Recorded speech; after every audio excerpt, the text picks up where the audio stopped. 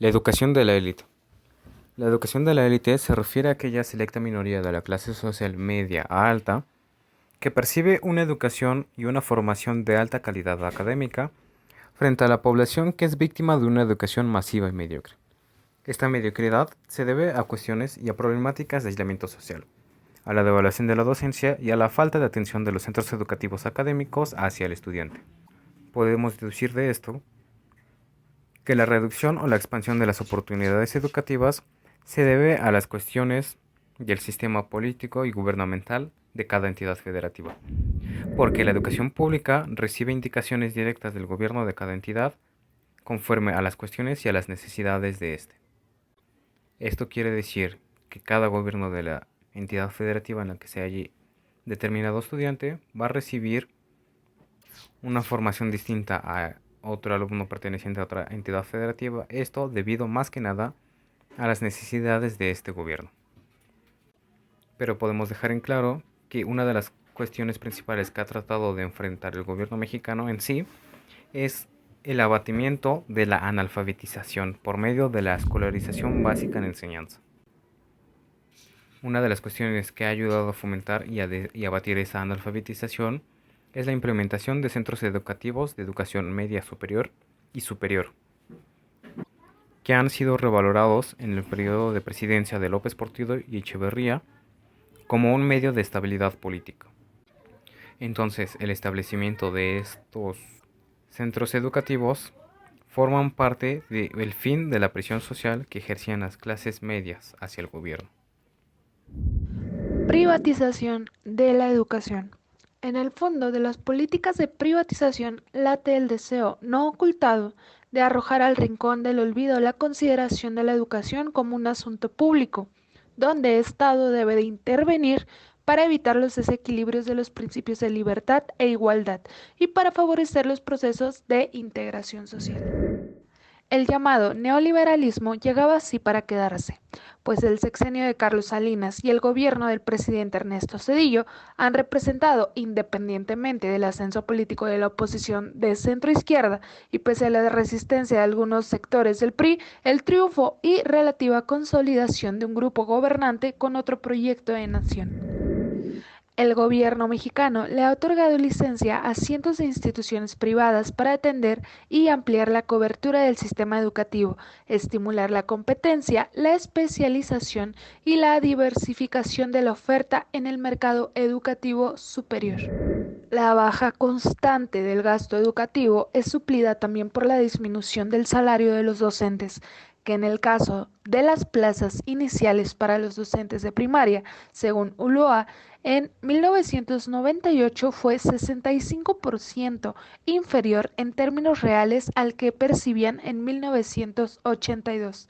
El proceso de descentralización de la educación simula nuevas disminuciones del gasto federal en educación.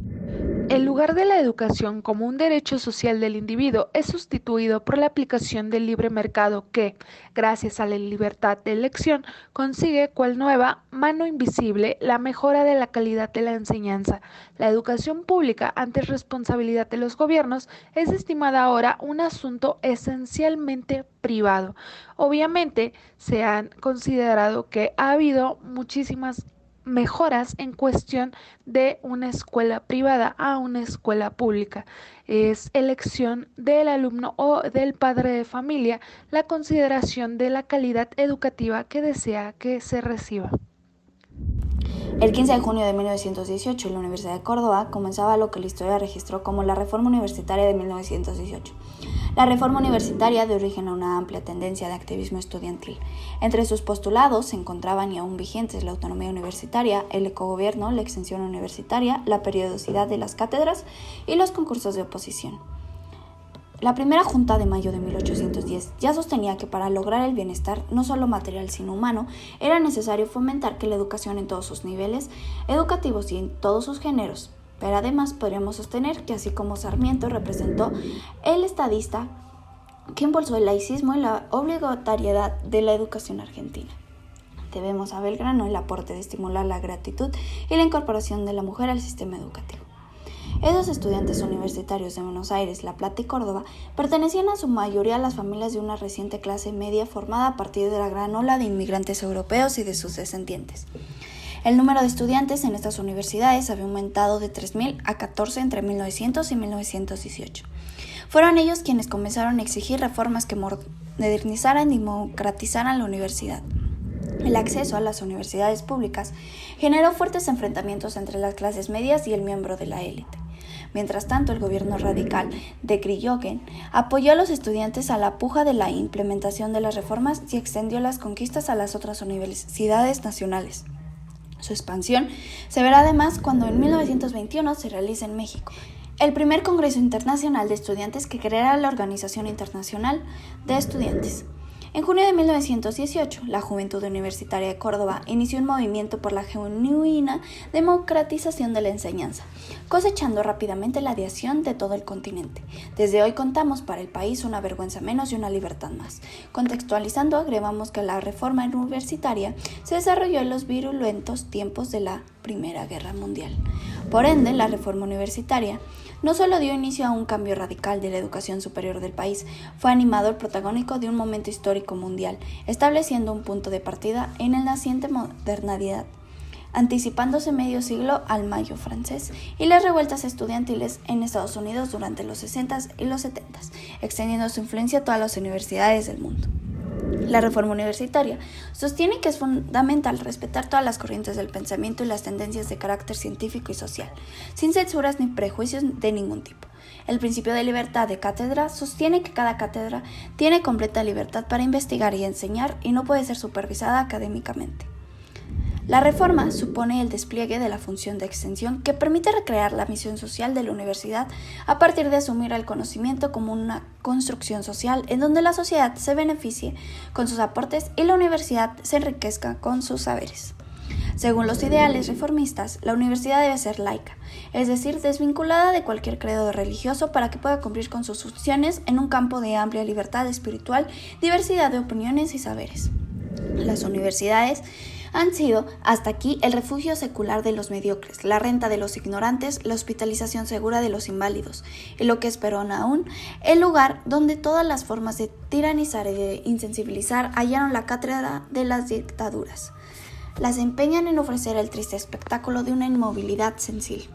Por eso es que la ciencia, frente a estas casas mudas y cerradas, pasa silenciosa o entra mutilada y grotesca al servicio burocrático de nuestro régimen universitario. El concepto de autoridad que responde y acompaña a un director o a un maestro en un hogar de estudiantes universitarios no solo puede apoyarse de la fuerza de las disciplinas extrañas a la sustancia misma de los estudios, sino que existe una vinculación espiritual entre el que enseña y el que aprende. Toda enseñanza es hostil y de consiguiente infecunda. Toda la educación es una larga obra de amor a los que aprenden fundar la garantía de una paz facundada en el artículo comunitario de un reglamento de un estatuto. Es en todo caso a parar un régimen cuarteletario, pero no a una labor de ciencia. Los gastos resortes de la autoridad que emanan de la fuerza no se avienen con lo que reclama el sentimiento y el concepto moderno de las universidades. La única actitud silenciosa que cabe en un instituto de ciencia es la que escucha una verdad o la que experimenta para crearla y comprobarla. Por eso es que queremos arrancar del país el organismo universitario y el arcaico y bárbaro concepto de la autoridad para proteger criminalmente la falsa dignidad y la falsa competencia. La única puerta que nos queda abierta es la esperanza, es el destino heroico de la juventud que en nuestro país, una de la ley se dice, la avellanada se pone a nuestros anhelos. La juventud siempre vive en el trance del heroísmo. En adelante solo podrán ser maestros en la fruta república universitaria, los verdaderos constructores del alma, los creadores de verdad, de belleza y de bien. La Juventud Universitaria de Córdoba afirma que jamás hizo cuestión de hombres ni empleos. Se levantó contra un régimen administrativo, contra un método docente, contra un concepto de autoridad. Los métodos docentes estaban viciados en un estrecho dogmatismo, contribuyendo a mantener a la universidad apartada de la ciencia y de las disciplinas modernas.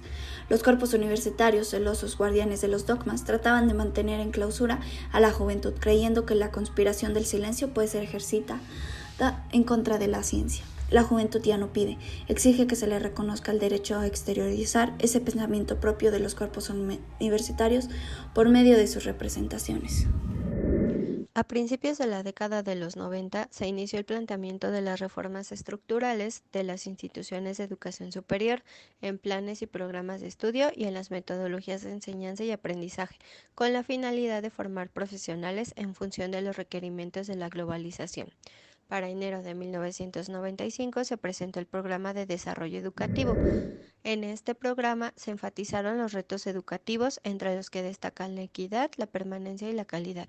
Se retomó la importancia de atender a la demanda estudiantil, ampliar la cobertura del sistema educativo nacional y vincularla con el mercado laboral. Pero a diferencia de los años 70 y 80, en la que la formación de profesionales se regía por las exigencias del mercado de trabajo a partir de una política nacionalista, en la década de los años 90 imperaron los principios de eficiencia, eficacia y calidad.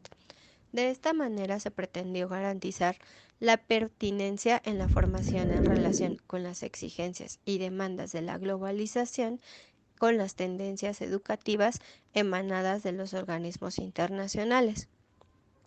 La formación de profesionales se centró en las nuevas exigencias de recursos humanos, así como en la configuración de perfiles profesionales acordes al marco de este nuevo orden mundial. El mercado de trabajo exigió a un profesionista con características distintas a las del pasado inmediato.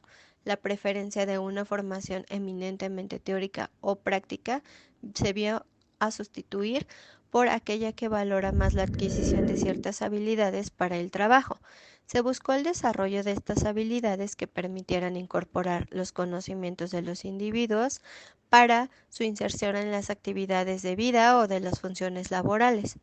Algunas temáticas importantes fueron el mejoramiento de la calidad de procesos y resultados educativos, la sustitución de modelo escolarizado y concentrado en un lapso para estudiar y aprender por un modelo de aprendizaje permanente, una mayor organización flexible que se apoye en las nuevas tecnologías de la información, el desarrollo de capacidades intelectuales de estudiantes para proveerlos de condiciones para enfrentar el cambio tecnológico, económico y cultural, también el desarrollo de competencias laborales, profesionales y académicas, con la finalidad de establecer una mayor vinculación de los estudiantes con los escenarios reales del trabajo.